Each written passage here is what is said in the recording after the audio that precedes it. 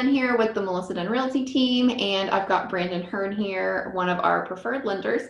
And today we're going to talk about what it takes to buy and sell simultaneously at the same time and not go crazy and pull out all of your hair. So I'm going to talk about kind of what I do if you don't choose to use a loan product. And then we're going to kick it over to Brandon, and he's going to talk about some of the loan products that are available to make that an easier transition for you. Okay?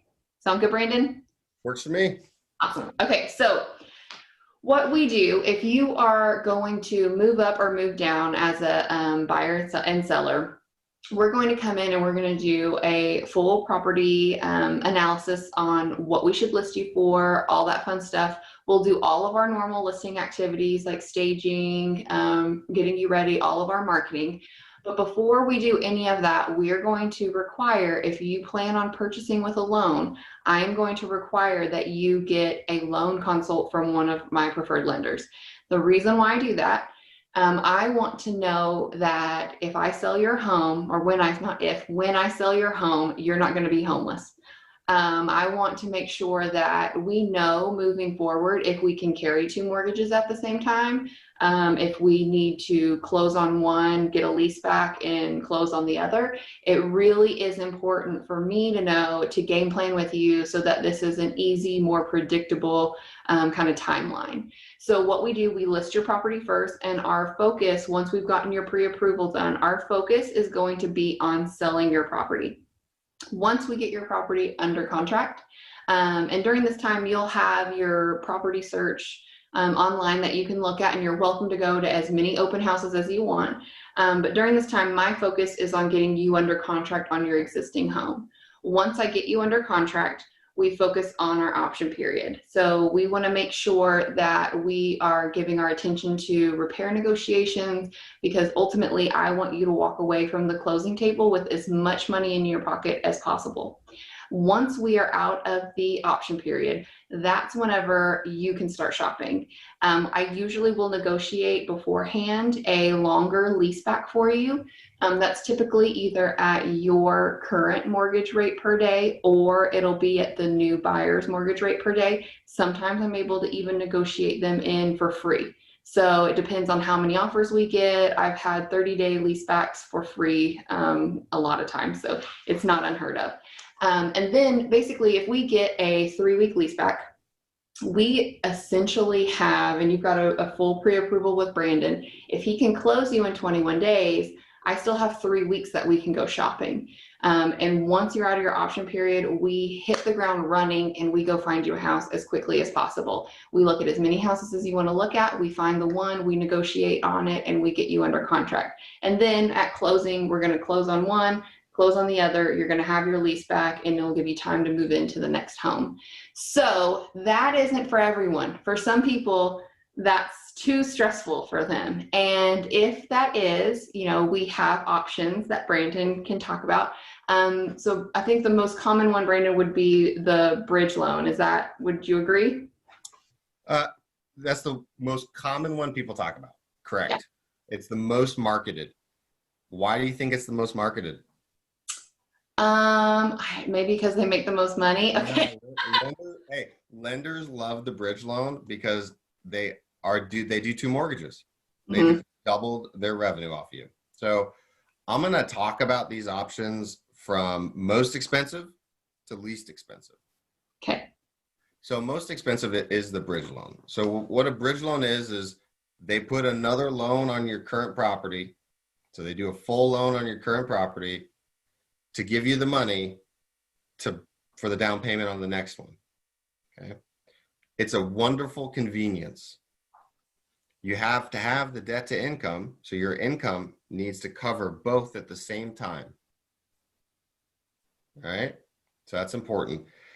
The risk is that lien that they put on, that bridge loan they put on your property, if something happens, God forbid, let's say a hailstorm in Wiley, and the contractors are so backed up you can't get your roof and house fixed for 6 months, your bridge loan may or may not be extended. Hopefully it is. But now you're stuck with these two larger payments at once. So the risk is getting hung with them both. right? And sometimes it's out of your hands, sometimes it's in God's hands, sometimes the market shifts. I mean, who knows? So the bridge loan is a wonderful convenience. On average, it costs you $4,000 to $5,000 more than some of the other options just because you're doing extra work, right? Again, lenders love it because they make more money. What I usually recommend is kind of the second option, which is you be the lender. You be the bridge loan. What do I mean by that? I'll give you a couple examples. And this is why it's so important to have a lender who understands products and who listens, because there's a lot of other options. So I got a client right now who has a lot of equity in his house and he's moving up. He has a home equity line of credit on his house. He got it 4 or 5 years ago when he redid his bathroom and kitchen, paid it off, but he's got about a $50,000 limit on it. Well, he's just borrowing from his HELOC for his down payment for his other one. Now, remember, you don't have to put down 20% on the purchase. You can put down less than that. And I'm going to talk about recasting at the end. But just know that you can put down 5% on the purchase. And then when you sell your house and get the bigger chunk of money, you can take that, put it into your new one, and recast it. So it's actually the monthly payments on the lower amount. Everything is on the lower amount. Now you're only doing one loan and you're kind of acting as the bank, so that your opportunity cost there is you're paying interest on that home equity line of credit. Your risk is you could also get caught with 2 mortgages at once. Another client has a really large 401k. A lot of people don't know this, but you can take a loan against your 401k to purchase a house. The cool thing about that is I can borrow $50,000 from my 401k. I get $50,000. A month later, I got to make my first payment. So I use that for my down payment on my house. My debt to income still is covering both. And then every penny of interest that I pay on my 401k loan, I actually pay myself. I am the bank. I'm borrowing my own money. So now my 401k grows faster than it normally would. That's awesome. There's no tax event there. It's wonderful. A lot of times people take the 401k loan and they sell their house and they actually pay off the loan before they even have to make their first payment on it, because things just move really quick. And I can think of a dozen other ways that you can kind of be your own lender here. But I try to look at it from the perspective, okay, that's a pretty convenient way to do it. And it's going to cost you a whole heck of a lot less. All right. The recasting. So the recasting is a core component to the strategies of being your own lender or putting less money down. So, sometimes when people are downsizing, they have enough money to put 5% down. They put 5% down, they're okay. What a recast is it's not a refinance. So your terms of your loan are not changing. It's still going to be 30 years if that's what you did. The interest rate's the same. The cost of a recast is somewhere between $200 and $400. And it's as simple as a phone call and a wire. That's all you do. So you call your bank. So let's say I put 5% down on a $400,000 house and my principal and interest payment was $1,500 a month because I only put down 5%. So it's a big loan. Mm-hmm. 2 months later, I sell my other house. I moved everything over. I'm totally fine. Now I have $200,000 that I'm going to put down and recast my loan with. I call my bank and I say, hey, I'd like to recast my loan. They say, how much are you going to put down? I say, I'm going to send you $100,000. You send them $100,000. Your loan amount goes from $350 down to $250, and your principal and interest payment goes from $1,500 to $1,000. And that's it. It's that simple. It's really easy to do. Key things on a recast is you cannot recast government loans. So if you do an FHA, a VA, or a USDA, you cannot recast those. So this is for conventional only. And a lot of times when people do that, they actually don't take the full 200 and recast their house with it, right? Because there are very few times, let's face it, there are very few times in my life where I just get a $200,000 tax-free. That's a pretty nice deal, right? So if I'm downsizing, when I see people downsize, I see people maybe take some of that money and pay off some of their debt, get rid of their car notes, or maybe I see them buy a second home or buy a trailer. RVs are really popular right now. Or I see them invest it. A lot of people are investing their proceeds in the stock market. Because in the stock market, you can earn a lot more than you could on your home. So when I think of buying and selling, 90% of the time, Melissa, your strategy is so successful, clients really don't have to get too much in the weeds on this stuff. Yeah. What I'd like to talk about with people, and I love that you're doing the full loan consultation piece, is what I talk to people about is I go, let's get you fully approved and fully approved for both at once.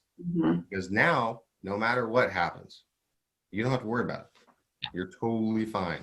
And kind of go overview with them, like, tell me about your 401k, tell me about your life insurance policy, tell me about your IRA, tell me about, do you have other options? Because if you have other options, you can avoid a bridge loan. Yeah, I think, again, I feel like every video we've done, we've spoken to the importance of doing a true loan consult, because you are giving them so much knowledge, and it truly is a consultation, because they don't know, that's there's so many different loan programs that even if they were to bring me, their situation, I don't know every program and what would be perfect for them, right? You are the expert in that realm. I send them to you. Well, it's very similar to your strategy, right? So when I'm listening to you talk about your process, the key things that I heard is you got a lot of preparation, and the client's got to know their options. Because and it's the same thing in lending. If you're not prepared in a real estate transaction, I mean, let's face it, if you're buying and selling at the same time, that's over $500,000. Over $500,000 that is moving around. Yeah. You got to take the time to make sure it moves correctly. Yeah. Because I don't make that much money in an hour. So I'm willing to spend an hour with you in my home. Let's get how do I get my home list ready? How do I do all this stuff? And I tell clients I tell your clients on the back end too, I go, if Melissa, if we're getting down to the wire, we can still close the loan in 10 days. People will rush. Now, 10 days is the legal limit. It's the quickest you can close them, but people will rush. And they'll work harder for you. If you're a good client, you're easy to work with, and you help us out, we can get things done even faster. So, that window that you gave, it's actually pretty big. And I don't know how you accept. There are very few times where that doesn't happen almost correctly.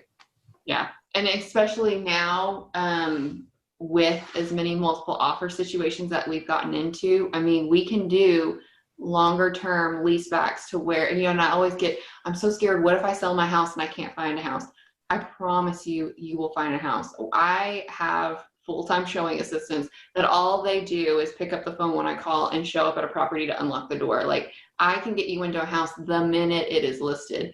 And, I think giving us the extra time with the lease back, it just makes you more comfortable as a buyer and a seller, doing that simultaneously. And it should be noted that not all lenders can close as quickly as Brandon or a lender like Brandon can. I would not, my strategy might be different depending on what lender you work with and the conversation that I have with that lender, because, I do have kind of high standards for the lenders that I work with, especially whenever we are buying and selling simultaneously, because it can totally happen. It can totally be done very smoothly with as little stress to you as the client as possible, if we're working with high quality professionals who know what they're doing. So that's a really big kind of caveat that I think that we need to tag in this video. So nailed it. Awesome. Okay, so I think, Brandon, you've covered everything that I was going to ask. Do you have anything else that you want to say in regards to kind of the buying, selling at the same time thing, or you think you covered everything? No, I mean, and I love your strategy. And I think people really underestimate a detailed and organized realtor like yourself, because sometimes they kind of gloss through those details, but if your client's prepared, their home is list ready, everything's lined up.